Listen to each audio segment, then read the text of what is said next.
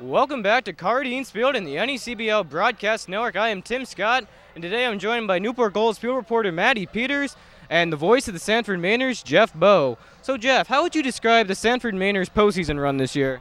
Well, it's really been a story of how about us, because they lost the first game to Keene in their home ballpark and backs against the wall, and then they came out in game two. The only three runs they scored were from home runs from the bats of Mainers at Alumni Field, and it's really just been a story of how they've responded to adversity all season long. And so I like the pitching as well. It's been really good. And meanwhile, Maddie, how would you describe the Newport Gulls postseason run? I agree with what you said. We lost our first game in the playoffs, and each playoff game has kind of been not rocky, but very close. It wasn't like, oh, we're definitely going to win, we're definitely going to lose. It's been very close and keeps me on the edge of my seat every time, so I'm really excited to watch these games. And Jeff, on the mound tonight for the Sanford Mainers, it is Nicholas Poor. What can you tell us about him? He's an outstanding lefty. When he's got his things going, he's unhittable practically. He throws the ball low in the zone. He's got an outstanding curveball. Against Keene in game one, he got knocked around just a bit, but he kept the team in it within shouting distance at the end of the game. That's really what you want from your starting pitcher. Again, from Boston College, he had a great season with a 2-0 record and a 1-point-something ERA. It was outstanding all season long. So the bullpen and the starting pitching is really what have led the Mainers to being second in the North and sitting here in the championship series. And Maddie, the Gulls got their own lefty going in game one. It's going to be John Kilichowski. What can you tell us about him?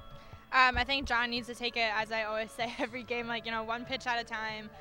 Don't worry about anyone around him. Don't pay attention to the crowd, anything. So I think that's what distracts a lot of people. I don't know about John. He's probably pretty good about keeping those distractions out, but he just needs to take it one pitch at a time, I think.